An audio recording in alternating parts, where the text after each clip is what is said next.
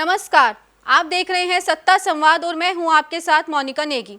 आज हम समझेंगे कि आखिरकार प्रधानमंत्री नरेंद्र मोदी ने लोगों से सोना कम खरीदने की अपील क्यों की। पश्चिम एशिया में तनाव बढ़ने की वजह से कच्चे तेल की कीमतें लगातार ऊपर जा रही हैं। ऐसे में अगर देश सोना और कच्चे तेल दोनों को ज्यादा आयात करता है तो भारत को बड़ी मात्रा में डॉलर खर्च करने पड़ेंगे, जिससे विदेशी मुद्रा भंडार पर दबाव बढ़ सकता है।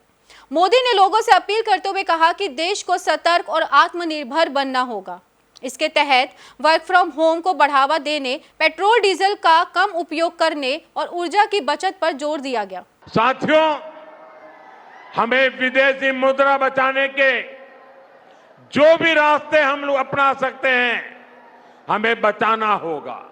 साथ ही विदेशी मुद्रा भंडार को बचाने पर भी विशेष ध्यान देने की बात कही गई, क्योंकि दुनिया भर में तेल और डीजल की कीमतें काफी बढ़ चुकी हैं। ऐसे में हमारी जिम्मेदारी है कि हम ईंधन की बचत करें ताकि पेट्रोल डीजल के आयात पर होने वाला भारी विदेशी मुद्रा कम खर्च किया जा सके और देश की अर्थव्यवस्था पर इसका कोई दबाव ना पड़े। प्रधानमंत्री मोदी की अपील का मकसद सिर्फ सोना खरीदने को रोकना नहीं, बल्कि देश की अर्थव्यवस्था को मजबूत बनाना है। इसके पीछे बड़ी वजह यह है कि भारत दुनिया का सबसे बड़ा गोल्ड कंज्यूमर है। हर साल भारत लगभग 750 टन सोना विदेशों से आयात करता है। इसका मतलब है कि हर घंटे करीब 80 किलो सोना बाहर से आता है और इसका भुगतान डॉलर में करना पड़ता है। इसी वजह से देश का विदेशी मुद्रा भंडार तेजी से खर्च होता है और आयात बिल बढ़ जाता है। इसी आर्थिक दबाव को कम करने के लिए प्रधानमंत्री ने लोगों से अपील की है कि अगले 1 साल तक सोने की खरीदारी कम करें, ताकि देश की अर्थव्यवस्था पर सकारात्मक असर पड़े और विदेशी मुद्रा की बचत हो सके। साथियों, गोल्ड यानी सोने की खरीद एक और पहलू है जिसमें विदेशी मुद्रा बहुत अधिक खर्च होती है।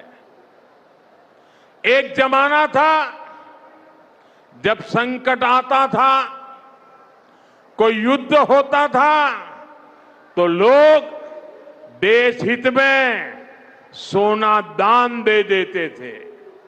आज दान की जरूरत नहीं है, लेकिन देश हित में हमको ये तय करना पड़ेगा कि साल भर तक घर में कोई भी फंक्शन हो, कोई भी कार्यक्रम हो, हम सोने के गहने नहीं खरीदेंगे, सोना नहीं खरीदेंगे। विदेशी मुद्रा बचाने के लिए हमारी देशभक्ति हमें चुनौती दे रही है और हमें इस चुनौती को स्वीकार करते हुए विदेशी मुद्रा को बचाना होगा। साथ ही उन्होंने ये भी कहा कि कोरोना काल में हमने work from home, online meetings और वीडियो कॉन्फ्रेंस जैसे कई नए तरीकों को अपनाया था। उस समय ये व्यवस्थाएं हमारी ज़रूरत बन चुकी थी और हम धीरे धीरे इसके आदी भी हो गए थे।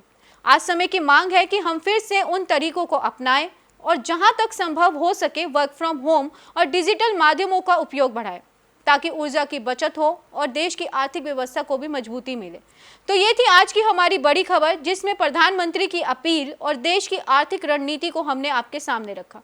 ऐसे ही तमाम अहम अपडेट्स के लिए जुड़े रहिए हमारे साथ और देखते रहिए सत्ता संवाद।